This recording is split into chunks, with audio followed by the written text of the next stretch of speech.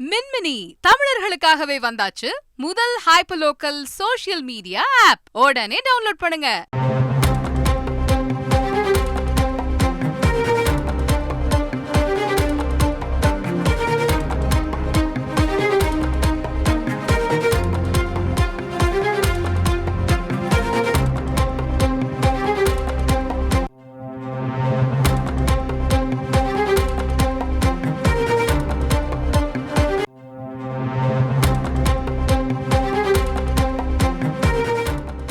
அண்மை செய்தி.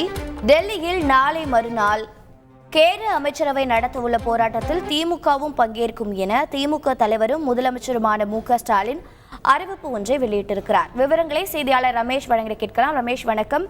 கேரள அமைச்சரவை நடத்தவுள்ள போராட்டத்தின் நோக்கம் என்ன? தற்போது திமுக தலைவரும் முதலமைச்சருமான ஸ்டாலின் அறிவிப்பு குறித்த மேலும் விவரங்கள் என்ன? வணக்கம். டெல்லியில் கேரளா அமைச்சரவை நடத்த இருக்கும் போராட்டத்திற்கு திமுக ஆதரவு தெரிவித்திருக்கிறது.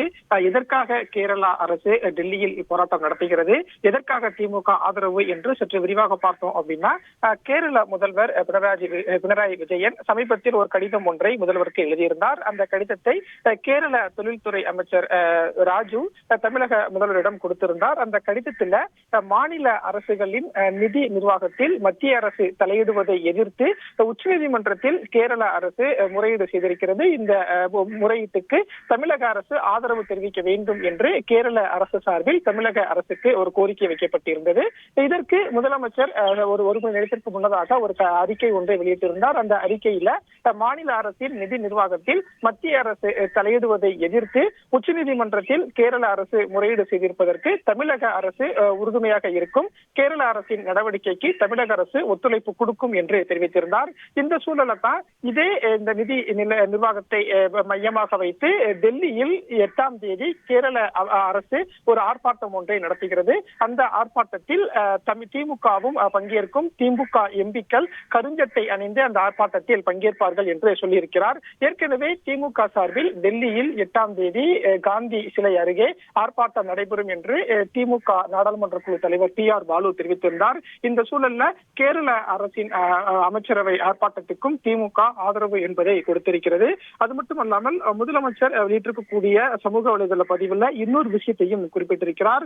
அதாவது தெற்கில் பினராயி விஜயன், கிழக்கில் மம்தா பானர்ஜி என இந்திய அரசியலமைப்பு சட்டத்தின் மீது உறுதியான பற்றுதலை கொண்டு பேசும் இன்னும் பிற தலைவர்களுடைய குரல்கள் தான் வேறையே தவிர கொள்கை ஒன்றாகத்தான் இருக்கிறது என்று சொல்லியிருக்கிறார்.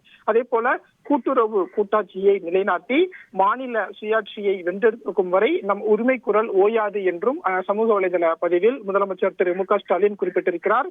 அதே போல நிதி நிர்வாகம் உள்ளிட்ட அனைத்து பிரிவுகளிலும் மாநிலங்களுடைய உரிமைகள் நிச்சயம் நிலைநாட்டப்படும், அதற்கான காலம் கணிந்து கொண்டு இருக்கிறது என்றும் முதலமைச்சர் திரு மு.க.ஸ்டாலின் கருத்து தெரிவித்திருக்கிறார். விரிவான தகவல்களை வழங்கியதற்கு நன்றி ரமேஷ். மின்மினி தமிழர்களுக்காகவே வந்தாச்சு முதல் hyper local social media app. உடனே டவுன்லோட் பண்ணுங்க.